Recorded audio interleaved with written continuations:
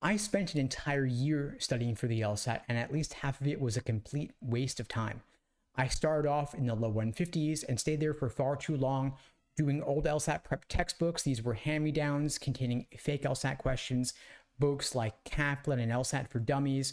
They were, of course, a complete waste of time and actually counterproductive because they only served to confuse me further when I couldn't figure out the answers, because the problem was with how the questions themselves were designed. There were tons of typos and mistakes. I found it far more valuable to do real, actual, official LSAT practice tests, but what those were lacking were explanations. The explanations I found from prep companies were not helpful to me at all, and taking test after test wasn't helping me either, because I wasn't getting feedback on why I was making mistakes. I did get the immediate dopamine hit of seeing what my results were, and this was obsessive for me to the point that I did every single practice test ever released.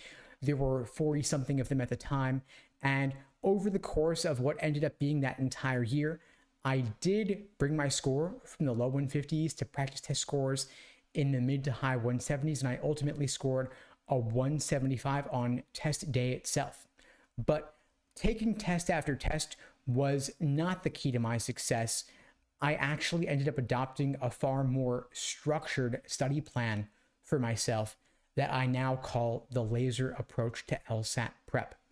And I'll share this program with you in just a moment. But first, I wanted to let you know that if you don't have a study plan for yourself, this is one of the most valuable things you can do to help you make the most of your limited study time.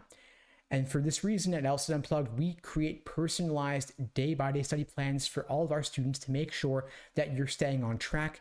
And we also provide you with regular accountability calls to make sure that you're moving forward with your plan of attack.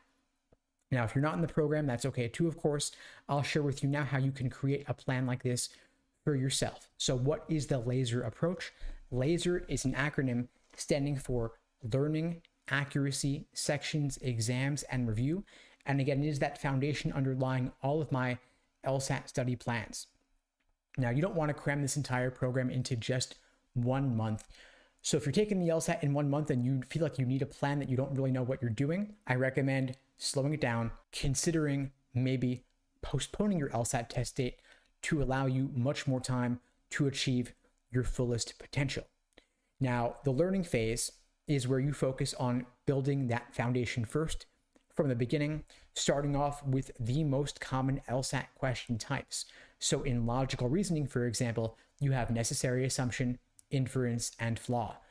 You don't want to focus on the rare question types that hardly ever come up, since every question is worth the same. In reading comprehension, when you read the passage, you want to focus on, first and foremost, getting down what is the main idea, what is the author's opinion, the details, the supporting examples. You can always go back to the passage later to help you hunt for that specific information and find it when you need to.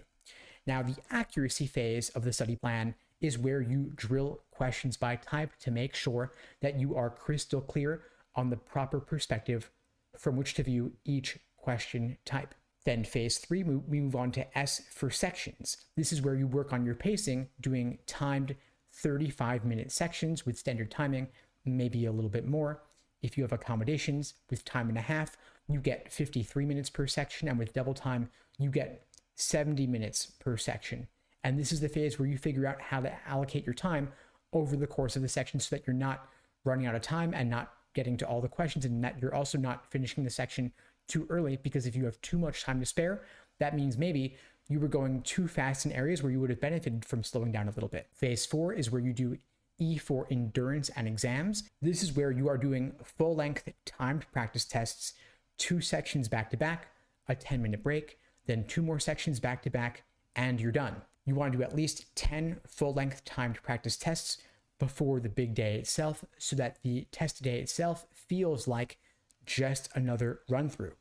Now, the R in the LASER approach is for review, where you analyze and review each LSAT practice test that you take to figure out which tricks and traps you are personally uniquely prone to falling for, so that you can avoid making the same mistake again. At LSAT Unplugged, we teach the Socratic review method framework. I cover this plenty in my other videos, But the bottom line is that you want to make sure that you are extracting the key valuable insights from the questions that you're getting wrong and having difficulty with, because every single question that you get wrong is an opportunity to learn something new. So you definitely don't want to neglect this final phase of the LASER approach. So again, to recap, LASER stands for learning, accuracy, sections, exams, and review. Make sure that you craft that personalized study plan for yourself. And if you want my help, feel free to reach out. In the meantime, I wish you all the best and take care.